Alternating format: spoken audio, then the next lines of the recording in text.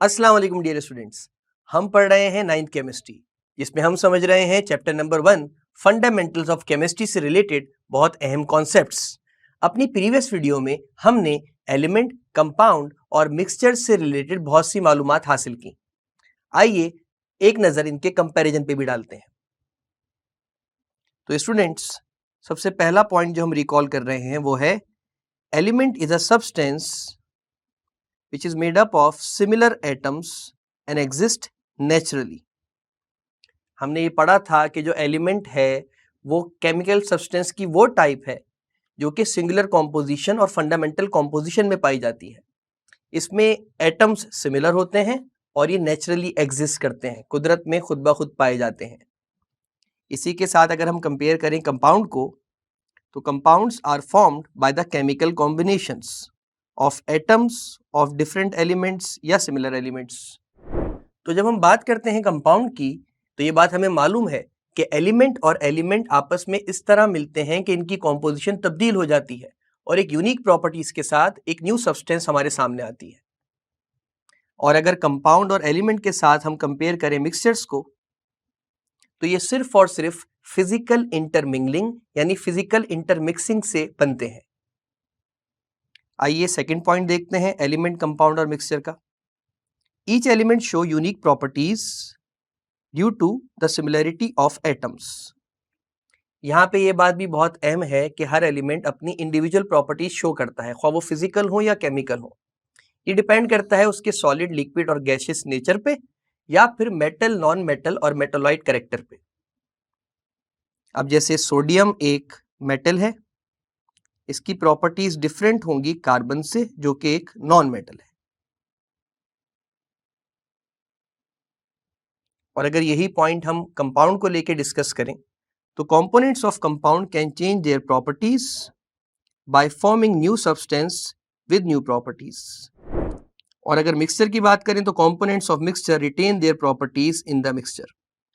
ये हमने अपनी प्रीवियस वीडियोस में भी समझा कि जितने भी कंपोनेंट्स मिक्सचर में पाए जाते हैं वो अपनी प्रॉपर्टीज, अपनी खुसूसियात चेंज नहीं करते, वो रिटेन रखते हैं, सस्टेन रखते हैं अपनी प्रॉपर्टीज किसी भी मिक्सचर में।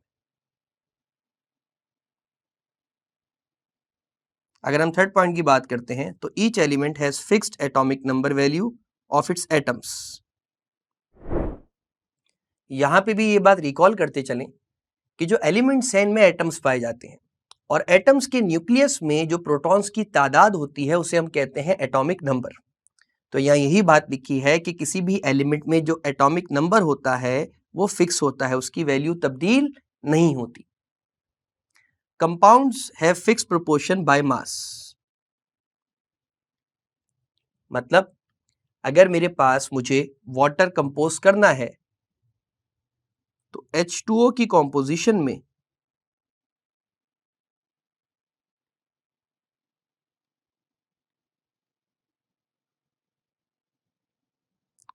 2 ग्राम्स हाइड्रोजन और 16 ग्राम्स ऑक्सीजन रिक्वायर्ड है। सिमिलरली अगर इसके इनपुट को हम देखें और इसको मल्टीपल भी कर दें, तो यहाँ पे भी मेरे पास 2 ग्राम्स हाइड्रोजन और half of mole of oxygen which is 16 grams oxygen required है। ये जो इक्वेशन हमने लिखी है, इससे रिलेटेड मालूमात हम आपको अपकमिंग वीडियोस में फराहम करेंगे। आइए मिक्सचर से रिलेटेड यही बात करते हैं। They have no fix composition by mass. Mixture क्योंकि होमोजीनियस भी होते हैं और हेट्रोजीनियस भी होते हैं, तो इनमें जो भी कंपोनेंट्स आपस में कंबाइन होते हैं उनका रेशियो फिक्स नहीं होता, वो किसी भी मिकदार में आपस में फिजिकली इंटरमिंगलिंग कर सकते हैं। Elements can not decompose into similar substances by ordinary reaction. जो एक सिंपल एलिमेंट होता है उसे डिकम्पोज करने के लिए एक आम रिएक्शन रिक्वायर्ड नहीं होता, और एलिमेंट को तोड़ना और इसके एटम्स को तोड़ना इतना आसान नहीं होता। लिहाजा जब भी ये लाइन लिखी है कि एलिमेंट्स कैन नॉट डिकम्पोज यानी ब्रेक नहीं हो सकते इनटू सिंपलर सब्सटेंसेस यानी अपनी मजीद सिंपलर फॉर्म्स में ऑर्डिनरी रिएक्शंस के थ्रू। जबकि components can be separated by ordinary chemical reactions. क्योंकि ये बनते ही कॉम्पोजिशनल चेंजेस से हैं, केमिकल रिएक्शन से हैं, तो ये किसी और केमिकल रिएक्शन के थ्रू कई और नए कंपाउंड्स बना सकते हैं। जबकि अगर हम मिक्सचर की बात करें तो components can be separated through physical methods. यानी अगर हम सैंड और वाटर के हेट्रोजीनियस मिक्सचर यानी डिसिमिलर मिक्सचर की बात करें तो सैंड वाटर में डिसॉल्व नहीं होती और हम इसको एक फिजिकल मेथड से यानी फिल्ट्रेशन के थ्रू सेपरेट आउट कर सकते हैं। जब भी हम फिल्टर पेपर के थ्रू फिल्टर आउट करेंगे सैंड और वाटर के सोल्यूशन को, तो सैंड जो है वो एज अ रेजिड्यू यानी बच जाएगी फिल्टर पेपर में और पानी जो है वो पास आउट हो जाएगा फिल्टर पेपर से एज अ फिल्ट्रेट। तो फिल्ट्रेशन एक फिजिकल मेथड है मिक्सचर को सेपरेट आउट करने का। आइए बात करते हैं अगले पॉइंट की, इन तीनों केमिकल सब्सटेंसेस से रिलेटेड जिसमें एलिमेंट, कंपाउंड और मिक्सचर शामिल है। Elements are represented by symbols which are abbreviations for their names. ये बात भी हम समझ चुके हैं सिंबलाइजेशन के थ्रू कि लेट सपोज हमारे पास कार्बन, जिसका सिंबल क्या होता है स्टूडेंट्स हमारे पास, बिल्कुल सही कहा आप सबने, सी। हाइड्रोजन, इसका सिंबल हमारे पास होता है कैपिटल एच। तो एलिमेंट्स को उनके नाम में पाए जाने वाले जो अल्फाबेट्स होते हैं या लेटर्स होते हैं, जो उनके लैटिन, ग्रीक या जर्मन नेम्स होते हैं, उनके जरिए रिप्रेजेंट किया जाता है या सिंबलाइज किया जाता है। जबकि compounds are represented by their chemical formula. ये बात हम बार बार रिपीट कर चुके हैं कि कंपाउंड्स अपने नेचर ऑफ बॉन्डिंग के एतबार से दो तरह के होते हैं, आयनिक कंपाउंड्स और कोवेलेंट कंपाउंड्स। जो आयनिक कंपाउंड्स होते हैं उनमें आयनिक बॉन्डिंग पाई जाती है, जो कोवेलेंट कंपाउंड्स होते हैं उनमें कोवेलेंट बॉन्डिंग पाई जाती है। फर्क चार्जेस का है और लिंकेजेस का है।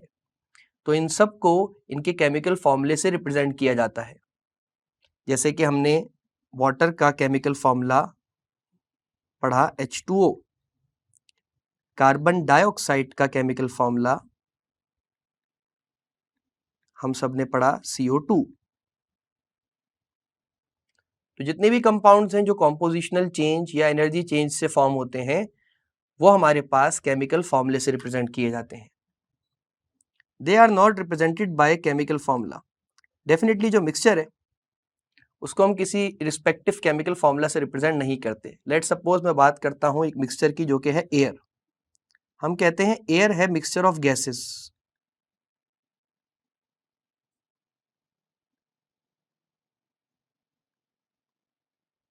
एयर है मिक्सचर ऑफ गैसेस, यानी इसमें हम कहते हैं नाइट्रोजन गैस मौजूद है, ऑक्सीजन गैस मौजूद है और बाकी तमाम इनर्ट गैसेस मौजूद हैं, जिसमें हम कार्बन डाइऑक्साइड और कार्बन मोनोऑक्साइड या हीलियम, ये हमारे पास इनर्ट गैसेस हैं, हीलियम, नियॉन, आर्गॉन, जो कि 1% या 0.98% मौजूद हैं ओवरऑल कॉम्पोजिशन में। अब इतने सारे गैसेस के मिक्सचर में कोई भी गैस अपनी इंडिविजुअल प्रॉपर्टीज को लूज नहीं कर रही, तो डेफिनेटली हम इनको इनके सिंबल से रिप्रेजेंट करेंगे या इनके केमिकल फॉर्मूले से रिप्रेजेंट करेंगे जनरली। लेकिन कलेक्टिवली किसी मिक्सचर का कोई केमिकल फॉर्मूला नहीं होता कलेक्टिवली। यानी एयर का कोई हमसे कहे केमिकल फॉर्मूला बताओ तो हम कहेंगे तो मिक्सचर ऑफ गैसेस है, जिसमें आप बाकी तमाम गैसेस के सिंबल्स या उनके फॉर्मूले अगर जनरेट होते हैं तो वो बना के दिखा देंगे। एयर का अपना कोई स्पेसिफिक केमिकल फॉर्मूला नहीं होता। यही वजह है यहाँ लाइन लिखी है, they are not represented by any chemical formula. Elements are homogeneous, यानी इनकी कॉम्पोजिशन यकसा होती है। जैसे कि हमने पीछे पढ़ा, इनमें सिमिलर एटम्स पाए जाते हैं और इनके एटॉमिक नंबर सेम होते हैं। होमो वर्ड का मतलब होता है सेम और जीनियस का मतलब होता है इनकी अपीयरेंस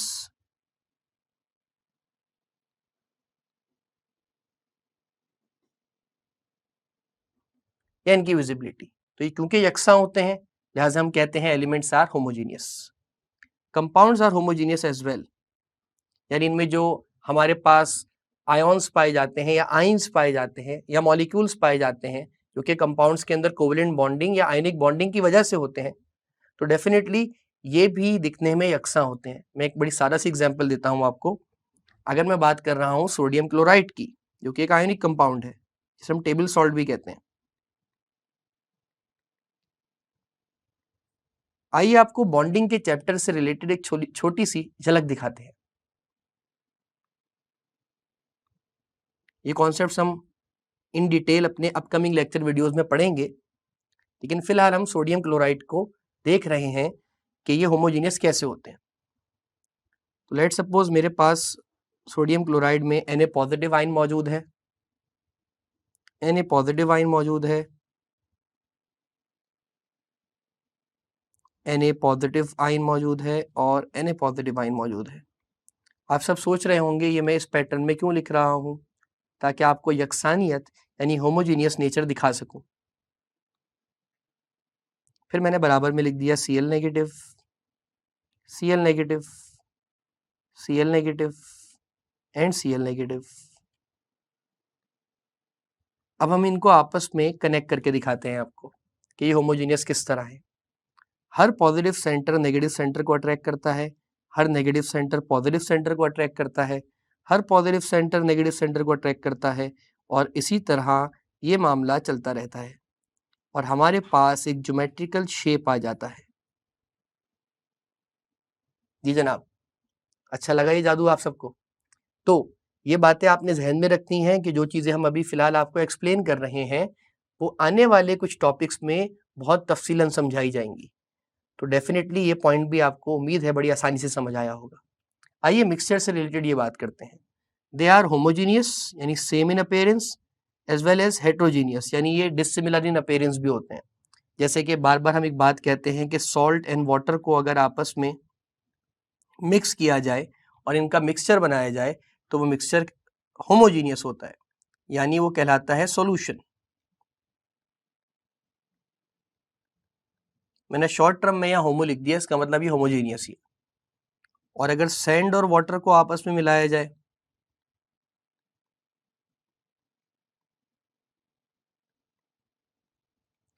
तो ये हमारे पास एक हेट्रोजीनियस मिक्सचर होता है जिसे हम कहते हैं सस्पेंशन। तो स्टूडेंट्स ये तो था एक overall comparison between element, compound and mixture. मुझे उम्मीद है ये तमाम बातें आपको बहुत आसानी से समझ आई होंगी। तो स्टूडेंट्स आइए बात करते हैं केमिकल स्पीशीज से रिलेटेड। देखिए हमने अपने लेक्चर्स में ये तो समझा है कि केमिकल सब्सटेंसेस एलिमेंट, कंपाउंड और मिक्सचर की फॉर्म में होती हैं, पर यहाँ हम बात करने वाले हैं दो अहम केमिकल सब्सटेंसेस की जिन्हें हम एलिमेंट और कंपाउंड कहते हैं। हमने ये भी पढ़ा कि एलिमेंट के अंदर एटम्स पाए जाते हैं और कंपाउंड के अंदर मॉलिक्यूल्स या आयंस भी पाए जाते हैं, पर आयंस जो है वो एटम से ही बनते हैं, तो लिहाजा हमने इसको फर्दर क्लासिफाई कर दिया। एटम मजीद प्रोड्यूस कर सकते हैं आयंस या फिर आयोन्स। ये दोनों ही प्रोनाउंसिएशंस करेक्ट हैं, आप आयोन्स कहें या आयंस कहें। और एटम्स रेडिकल्स भी बना सकते हैं, किस तरह कैसे ये हम आपको समझाएंगे। बाकी मॉलिक्यूल्स की कई टाइप्स हैं, monoatomic molecule, diatomic molecule, triatomic and polyatomic. ये जो हमने अभी नाम आपके सामने लिखे हैं, आयन, रेडिकल, मॉलिक्यूल्स, ये सब के सब कहलाती हैं केमिकल स्पीशीज, यानी केमिकल सब्सटेंसेस में मजीद पाई जाती हैं केमिकल स्पीशीज। तो आइए वन बाय वन जरा इन तमाम केमिकल स्पीशीज को रिकॉल करते हैं और समझते हैं इनमें से कुछ को। अब जैसे एटम तो हमने अपने प्रीवियस लेक्चर वीडियोस में कई बार पढ़ा, तो इसका एक रिव्यू ले लेते हैं और बाकी इससे जो चीज़ें बनती हैं उनको इन डिटेल समझेंगे। एटम,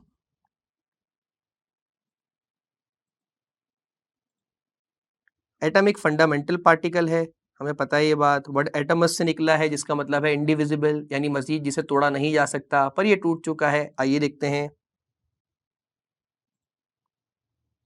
फंडामेंटल पार्टिकल, और इसकी जनरल रिप्रेजेंटेशन भी हमने आपको बताई थी आपके लेवल पे।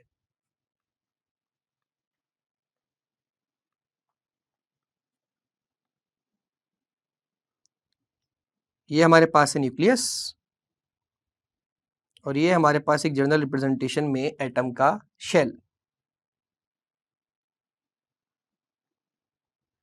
और हमने आपको ये बात भी बताई थी कि एटम में पाए जाते हैं प्रोटॉन्स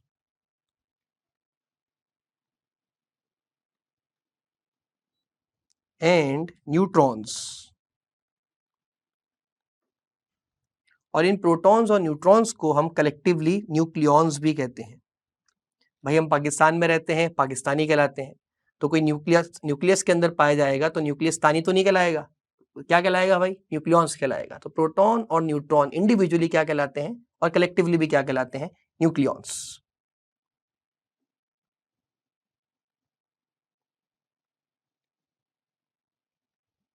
बाकी न्यूक्लियस के गिर्द पाए जाते हैं शेल्स या ऑर्बिट्स या फिर एनर्जी लेवल्स। एक ही चीज के तीन नाम हैं जिनमें रिवॉल्व करते हैं इलेक्ट्रॉन्स। इन सब एटॉमिक पार्टिकल्स से रिलेटेड भी एक ओवरव्यू ले लेते हैं। सब एटॉमिक पार्टिकल्स यानी एटम में पाए जाने वाले मजीद उसके particles.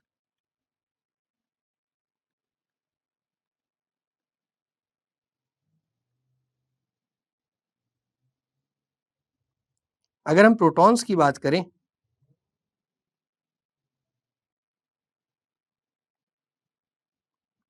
They are positively charged particles. इन पे पॉजिटिव चार्ज मौजूद होता है।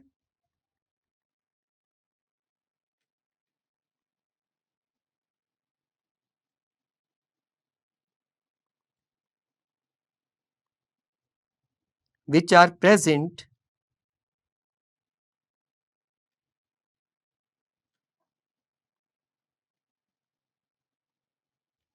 inside the nucleus of an atom.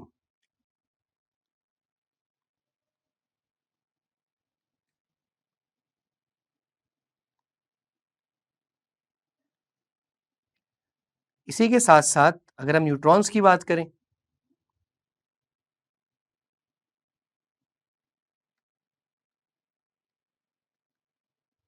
तो हम कहते हैं they are neutral. It means they have no charge. They are neutral and they have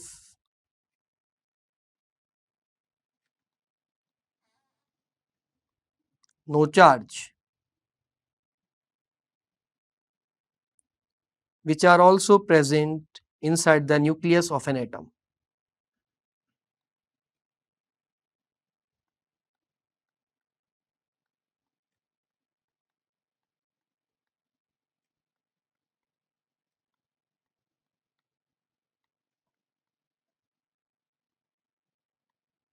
और लास्ट सब एटॉमिक पार्टिकल अभी हमारे पास है इलेक्ट्रॉन या फिर electrons.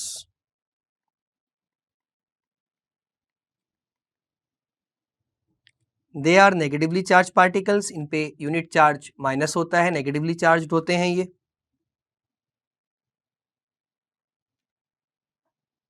They are negatively charge particles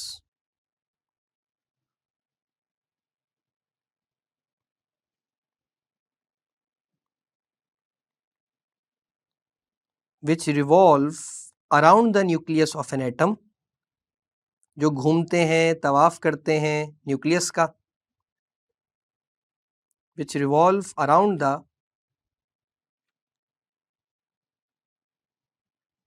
nucleus of an atom in their respective shells.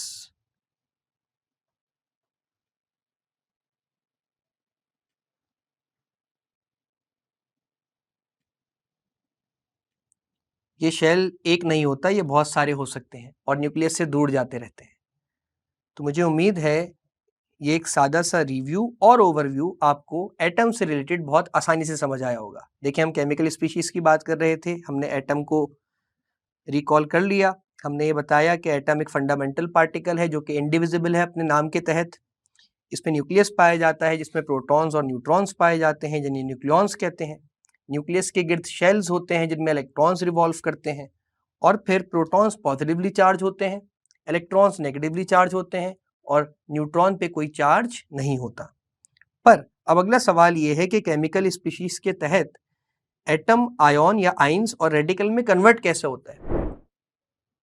हमने heading लिखी है आइंस या फिर आयन्स। इसे आप पहली केमिकल स्पीशी कंसिडर कर लें जो कि एटम कन्वर्ट होता है आयॉन्स में।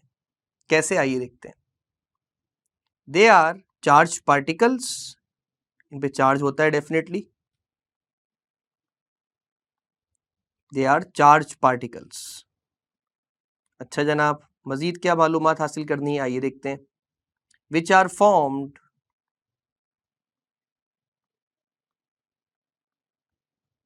by the loss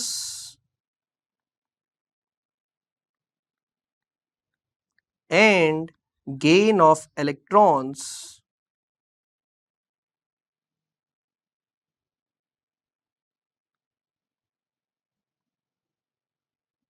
by atoms are called ions या फिर ions। यानी ये वो चार्ज स्पीशीज हैं जो एटम से बनते हैं। कब? जब कोई एटम या तो इलेक्ट्रॉन लूज कर दे या इलेक्ट्रॉन गेन कर ले। ये दो तरह के होते हैं, इनका फ्लो चार्ट देख लेते हैं। आयॉन्स हमारे पास दो तरह के हैं, कैट आयॉन्स या कैटाइंस, एनायॉन्स या फिर एनाइंस। जिन पे पॉजिटिव चार्ज होता है वो कैटाइंस हैं, जिन पे नेगेटिव चार्ज होता है वो एनाइंस हैं।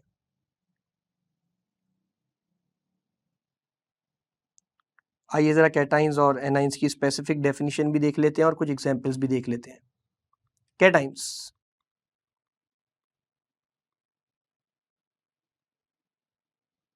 they are formed by the loss of electrons.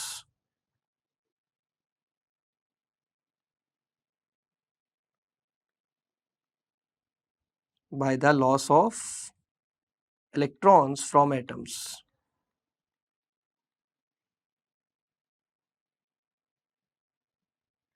यानी लेट सपोज मेरे पास लिथियम का एक एटम मौजूद है। इस पे मैंने लिथियम नॉट यूं लगाया, यानी जीरो चार्ज दिखाने के लिए। जब लिथियम अपना एक इलेक्ट्रॉन लूज कर देगा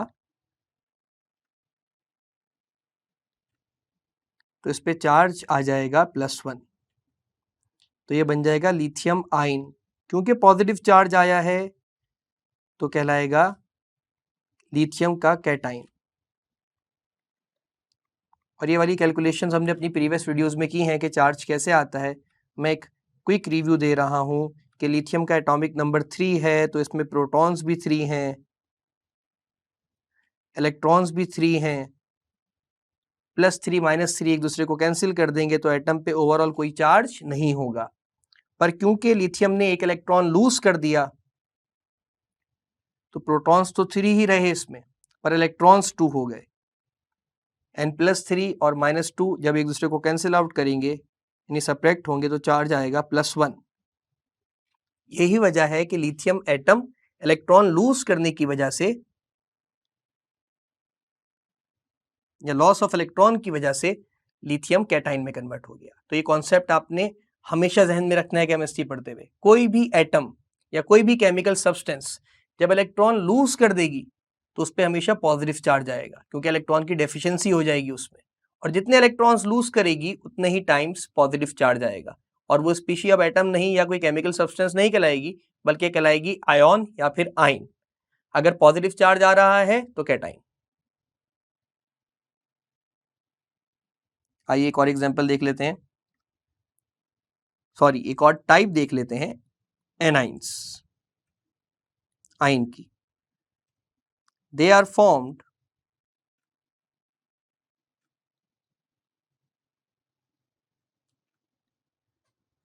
by the gain of electrons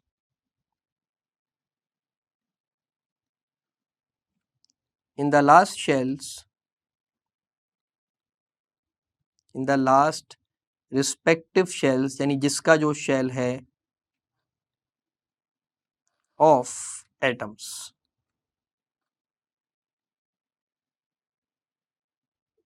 अब इलेक्ट्रॉन गेन होते हुए हमें दिखाना है, तो आइए इसकी एग्जांपल भी देख लेते हैं। फ्लोरीन एक नॉन मेटल है, इसके एटॉमिक नंबर 9 होता है इसका, और ये एक इलेक्ट्रॉन गेन करता है न्यूट्रल होता है और ये बन जाता है फ्लोराइड आइन। फ्लोरीन एटम नॉन मेटल है, न्यूट्रल है, क्यों? क्योंकि इसमें पॉजिटिव 9 प्रोटॉन्स और नेगेटिव 9 इलेक्ट्रॉन्स मौजूद हैं, जिसकी वजह से ओवरऑल आंसर आ जाएगा 0 यानी न्यूट्रल। तो एटम पे कोई चार्ज नहीं होगा। पर जब ये इलेक्ट्रॉन गेन कर लेंगे या फ्लोरीन इलेक्ट्रॉन गेन कर लेगा तो हमारे पास ये एक आइन में कन्वर्ट हो जाएगा और बन जाएगा फ्लोराइड आइन। प्रोटॉन्स तो इसमें 9 ही रहे, पर इलेक्ट्रॉन गेन होने की वजह से 10 हो गए, तो चार्ज आया -1। यह एक बात आप सबको मैं बताता चलूं, वो ये कि जब कभी भी हमारे पास एनाइन बनेंगे तो इनका नाम ही इनकी पहचान होगा। मतलब जितने भी नॉन मेटल्स हैं, जब वो आइंस में, खासतौर पे नेगेटिव आइंस में और एनाइंस में कन्वर्ट होते हैं तो उनमें एक सुफिक्स ऐड होता है IDE, यानी कार्बन अगर इलेक्ट्रॉन गेन करता है लेट सपोज, तो ये बन जाएगा कार्बाइड। इसका मतलब इसने इलेक्ट्रॉन गेन किए। नाइट्रोजन अगर इलेक्ट्रॉन गेन करता है तो इसका एनाइन जो भी होगा नेगेटिव चार्ज के साथ वो कहलाएगा नाइट्राइड। लिहाजा जब भी आपने गौर किया होगा कि हमने लिखा था फ्लोरीन, पर जब वो एनाइन बन गया तो क्या बन गया? फ्लोराइड। सिमिलरली क्लोरीन हमारे पास बन जाएगा क्लोराइड। ऑक्सीजन हमारे पास बन जाएगा ऑक्साइड। तो ये हमने आपको एक अहम मालूमात फराहम की है एनाइंस की पहचान के लिए, कि अगर आप जब कभी भी किसी एलिमेंटल एनाइन को देखें जो सिंगुलर फॉर्म में मौजूद है तो उसके नाम को देखें। अगर उसका नाम के साथ सुफिक्स एडअप हो रहा है IDE तो आप समझ जाएं कि ये कोई एटम नहीं है बल्कि एक नेगेटिवली चार्ज्ड एनाइन है। तो स्टूडेंट्स, ये तो थी हमारे पास एटम से रिलेटेड और एटम से बने आइन और मल्टीपल टाइप्स ऑफ आइन से रिलेटेड इंफॉर्मेशन। अब हम देखते हैं कि आइन और किस तरह बन सकते हैं। तो एक टर्म हमारे पास होती है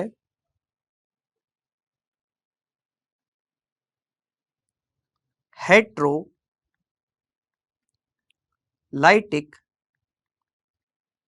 फिजन, जिसका सादा अल्फाजों में मतलब होता है डिसिमिलर ब्रेकिंग ऑफ बॉन्ड।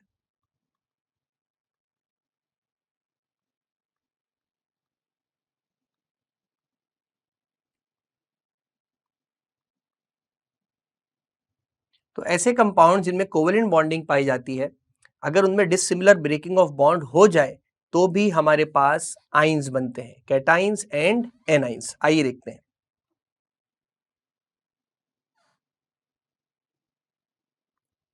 ये A एटम किसी B एटम से कोवेलेंटली बॉन्डेड है, यानी ये कोई कोवेलेंट कंपाउंड है जिसको हम लिंकेज से शो करते हैं।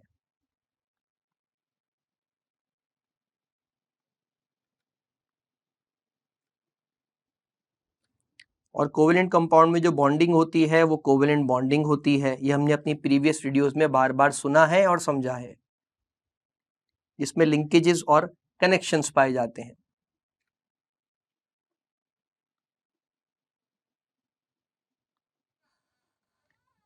अगर मैं किसी कोवेलेंट कंपाउंड या कोवेलेंट मॉलिक्यूल को हेट्रोलाइटिक फिजन के थ्रू रिप्रेजेंट करूंगा तो वो रिप्रेजेंटेशन कैसी होगी, जरा समझें। हम एक एरो बनाएंगे जो कि डायरेक्टेड होगा टूवर्ड्स एन एटम। अब वो कौन से एटम की तरफ डायरेक्टेड होगा ये भी समझ लें। वो एटम जो ज्यादा इलेक्ट्रोनेगेटिव होगा, यानी जिसकी इलेक्ट्रोनेगेटिविटी ज्यादा होगी, और जिस एटम से इलेक्ट्रॉन्स लिए जा रहे होंगे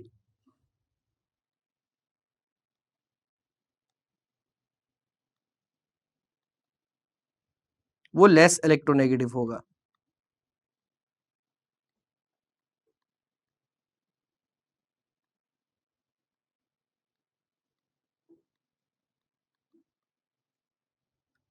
अब अगर हम ओवरऑल रिएक्शन को देखेंगे या इक्वेशन को देखेंगे तो हमारे पास ये जो इलेक्ट्रॉन्स आपस में शेयर हुए हैं बिटवीन ए और बी एटम, जिसके पास से इलेक्ट्रॉन चला गया उस पे चार्ज आएगा +1 और प्लस, और जिसके पास इलेक्ट्रॉन आ गए उस पे चार्ज आएगा माइनस।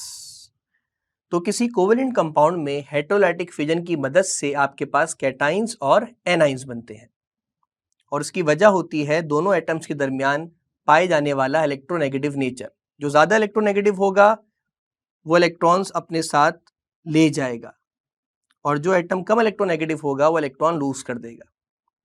तो ए ने कैटाइन बनाया बाय लूजिंग इलेक्ट्रॉन, और बी एटम ने एनाइन बनाया बाय गेनिंग इलेक्ट्रॉन। तो अब ये जो इलेक्ट्रोनेगेटिव नेचर है जो दोनों एटम्स में पाया जा रहा है, ये हम अपने आने वाले चैप्टर्स में पढ़ेंगे तफसीलन। तो स्टूडेंट्स, अब तक हम लोग एटम की फॉर्मेशन से रिलेटेड आयन, कैटाइंस और किसी कोवेलेंट कंपाउंड में आयंस कैसे बनते हैं थ्रू हेटेरोलाइटिक फिजन, ये समझ चुके हैं। अब हमारा अगला टारगेट है कि कोई एटम किसी रेडिकल में कन्वर्ट कैसे होता है। यानी अगर हम दोबारा से उस फ्लो डायग्राम पे जाएं तो आपको नजर आएगा कि एटम जो है वो रेडिकल भी बनाते हैं, पर ये कैसे बनाते हैं आइए समझते हैं। तो यकीनन आप सबके जहनों में ये बात भी आई होगी कि अगर किसी कंपाउंड में हेटेरोलाइटिक फिजन हो रही है, यानी डिसिमिलर ब्रेकिंग ऑफ बॉन्ड हो रही है, तो जनाब सिमिलर ब्रेकिंग ऑफ बॉन्ड भी होनी चाहिए। और सिमिलर ब्रेकिंग ऑफ बॉन्ड के लिए हम जो टर्म यूज करेंगे, अंदाजन मेरे ख्याल से वो होमोलाइटिक फिजन होनी चाहिए। ऐसा ही है? जी जनाब, बिल्कुल ऐसा ही है। होमोलाइटिक फिजन यानी सिमिलर ब्रेकिंग ऑफ बॉन्ड, ये वजह है रेडिकल्स बनाने की। तो पहले आइए समझते हैं रेडिकल खुद क्या होते हैं और होमोलाइटिक फिजन से रेडिकल कैसे बनते हैं।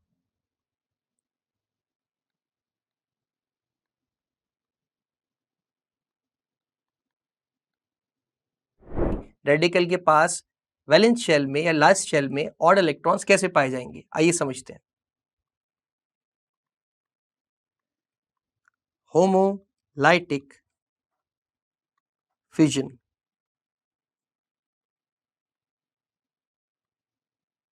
यानी सिमिलर ब्रेकिंग ऑफ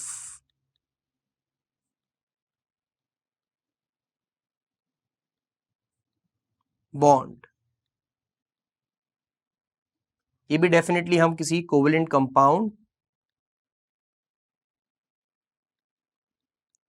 जिसमें कोवेलेंट बॉन्डिंग पाई जाती है उसके लिए ही समझ रहे हैं।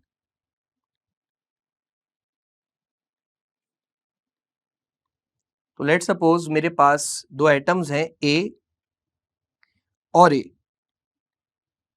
क्योंकि दोनों सिमिलर हैं तो दोनों की इलेक्ट्रोनेगेटिविटीज भी सेम होंगी।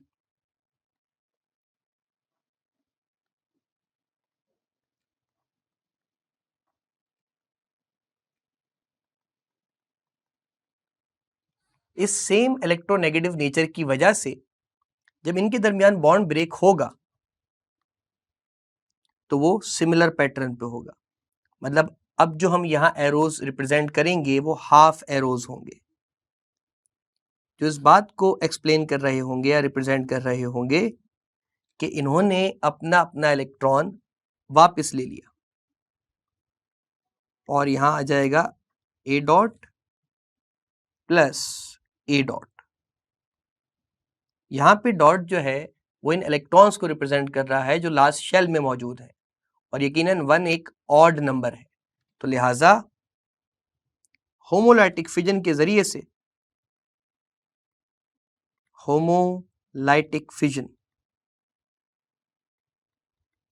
से हमारे पास बॉन्ड ब्रेकिंग हुई, यानी सिमिलर ब्रेकिंग ऑफ बॉन्ड हुई, और हमारे पास बने रेडिकल्स जिनके वैलेंस शेल में यानी लास्ट शेल में ऑड नंबर ऑफ इलेक्ट्रॉन्स पाए जाते हैं। तो उसका मतलब सारा मामला इलेक्ट्रोनेगेटिविटी से ही जुड़ा है। जिस कोवेलेंट कंपाउंड या मॉलिक्यूल में इलेक्ट्रोनेगेटिविटी में फर्क था वहां हेट्रोलाइटिक फिजन हो रही थी, आप देख सकते हैं, और वहां बन रहे थे कैटाइंस और एनाइंस।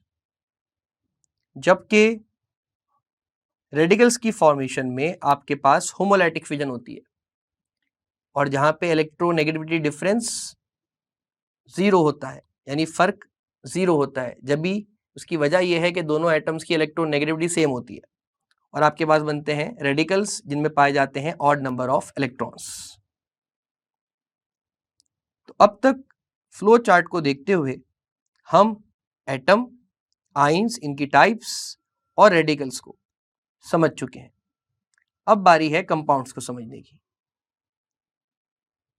और कंपाउंड्स में पाए जाने वाले मॉलिक्यूल्स को समझने की। स्टूडेंट्स, मॉलिक्यूल्स वो केमिकल स्पीशीज हैं जो एटम्स के केमिकल कॉम्बिनेशन से बनती हैं।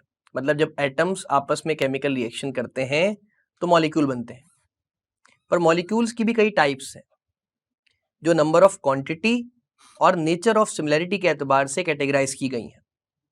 तो आइए देखते हैं मॉलिक्यूल से रिलेटेड थोड़ी chemistry. The type of chemical species which is formed by the chemical combination of atoms, यानी एटम और एटम आपस में कुछ इस तरह रिएक्शन करें कि उनकी कॉम्पोजिशन तब्दील हो जाए और वो कन्वर्ट हो जाए मॉलिक्यूल में। हम यहाँ टर्म कॉम्पोजिशनल चेंज भी लिख देते हैं। ठीक है जनाब। अब नंबर ऑफ क्वांटिटी के एतबार से मॉलिक्यूल की टाइप्स को देखते हैं। सबसे पहली टाइप है मोनोएटॉमिक। मोनोएटॉमिक वर्ड का मतलब है सिंगल एटम। अब सवाल यह है कि जब सिंगल एटम है तो मोनोएटॉमिक मॉलिक्यूल क्यों है? मॉलिक्यूल तो कम से कम दो एटम्स या उससे ज्यादा एटम से मिलकर बनता है। तो इसका जवाब है गैसेस। गैसेस के पार्टिकल्स को मॉलिक्यूल्स कहा जाता है कन्वेंशनली।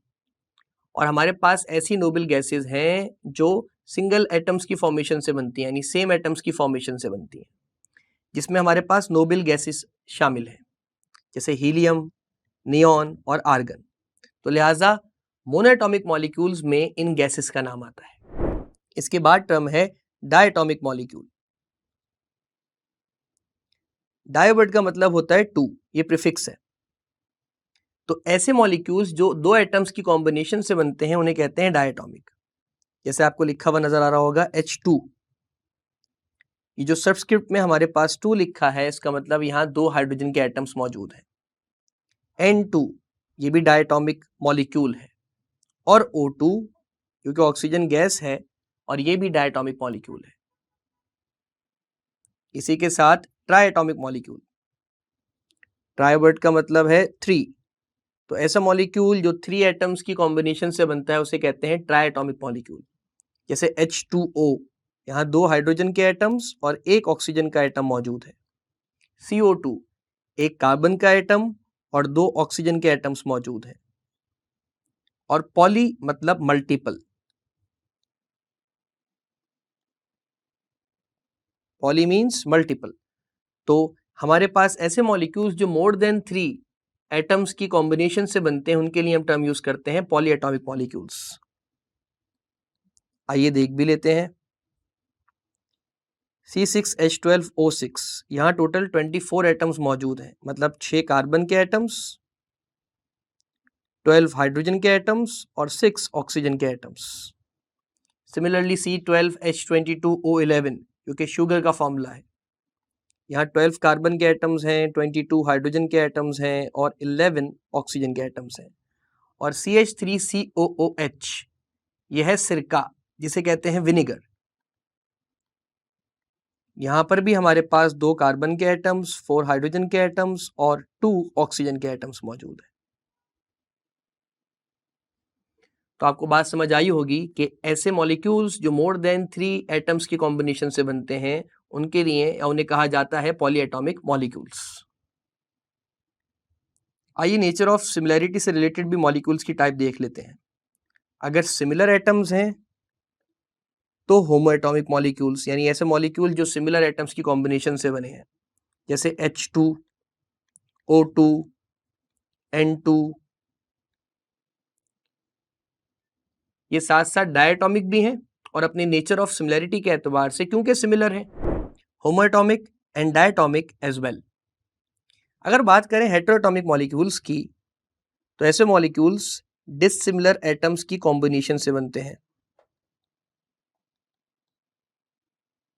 जैसे कि HCl। यह है क्वांटिटी के एतबार से डायटॉमिक मॉलिक्यूल, पर क्योंकि हाइड्रोजन एक अलग एटम है, क्लोरीन एक अलग एटम है, तो लिहाजा आप इसे हेटेरोएटॉमिक मॉलिक्यूल कहेंगे according to the nature of similarity. Heteroatomic molecule. इसी तरह हम एग्जाम्पल देख लेते हैं C6H6 की, जो कि है बेंजीन। ये आपके पास पॉली एटॉमिक मॉलिक्यूल है क्योंकि इसमें 12 एटम्स हैं, 6 कार्बन के 6 हाइड्रोजन के क्वांटिटी के एतबार से, और नेचर ऑफ सिमिलरिटी में दोनों डिसिमिलर एटम्स हैं, तो लिहाजा ये हेटेरोएटॉमिक भी कहलाएगा।